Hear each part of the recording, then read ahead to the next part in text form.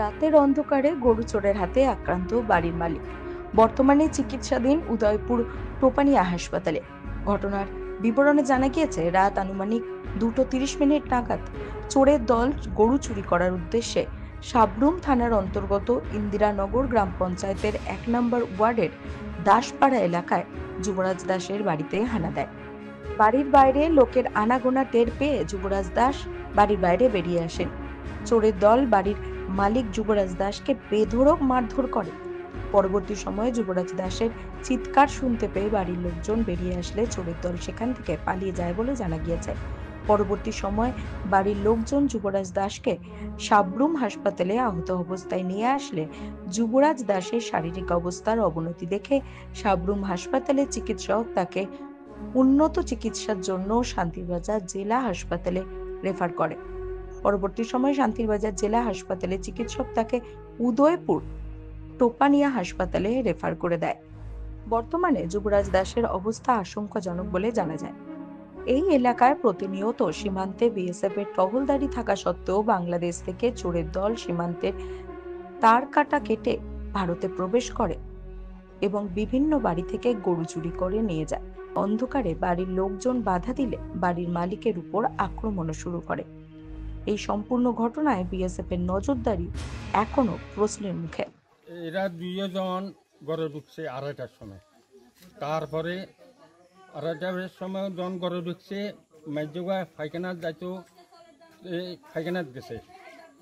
বাচ্চা ইয়া লগে আসলে হিয়া ধারে রয়েছে।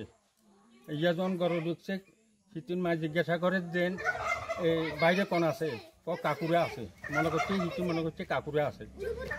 এইখানে তো কাকুরা টাকুরা কেউ নাই। হিটির বাপ লেফটেনে গেছে, লেফটেন্ট যাইতে লাইটিয়া খোলা ছিল, জ্বলছিল। এর পরে আবার সময় দেখে দেন লাইট বন্ধ। হেঁটে মনে করছে দেন লাইটিয়া কারেন্ট গেছে বই। তারপরে এই হের পরে হেতে হিয়ানতুন যারা ধাইদ্য ভরি আই হেতরে হিয়ানে এই ইয়া করছে, চোখ মুখ বান্ধি এলাছে। চোখ মুখ বান্ধি তারপরে হেতরে মারছে, মারে মাথার দিয়ে বাইয়েছে, বুকে এই ভুসি মারছে। হেতে এবারে সেগুনে আয়োজন দরজা খুলি বাড়েছি, আর হেতে ধাইদ্য ভরি এরিয়ায় চিত্ত হয়ে রয়েছে, চিতই হয়ে রয়েছে। আমি বাইরে গরতর ব্যাকসাইন চাইছি। হাতে উড়ি কয়া দেন আর বাড়ি করে খাচ্ছে, আর বাড়ি করে খাচ্ছে। হাতে মনে করছে যে কি হাতে ধরি আর কোনো গরু বার করি গেছে। এই কথা কই হাতে শাড়ি দিবার লগে হাতে আই এটা হরে গেছে। হরে যাবার পরে আই গরুঘর টরুঘর ব্যাগান তালাশ করে চাইছি, না দেখ গরুঘর ঠিক আছে। হাতে বান্ধি ফিরি হাতে লাশ করি সোরা গেছে। কয়টার দিকে আছে চোরেরা? আড়াইটা। তো কয়জন আছে দেখছেন না, সেটা তো আমি তো ঘরে আসছিলাম। গরু টরু নিয়ে গেছে না, নিতে পারছে না, নিতে পারছে না। এখন তাই কো এই এখন এই উদয়পুর। যারা মারছে এর নাম কি? যুবরাজ দাস। এটা কোন জায়গা? এটা ইন্দিরানগর 1 নম্বর দাসপাড়া। কয়টার দিকে ঘটনা রাত্রে? আড়াইটা। আপনার নাম?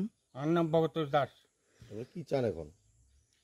এখন আমরা সুযোগ সুবিধা কি করে নন তারে হোলারে লইয়া টানাটানি, বুঝছেন নি? এখানেই তো পাশে বিএসএফ ক্যাম্প আছে, বিএসএফ থাকে তো থাকে সীমান্তের সঙ্গে। তারা কইতে পারে না আইছে না, আছে না, রাতে ডিউটি থাকে না।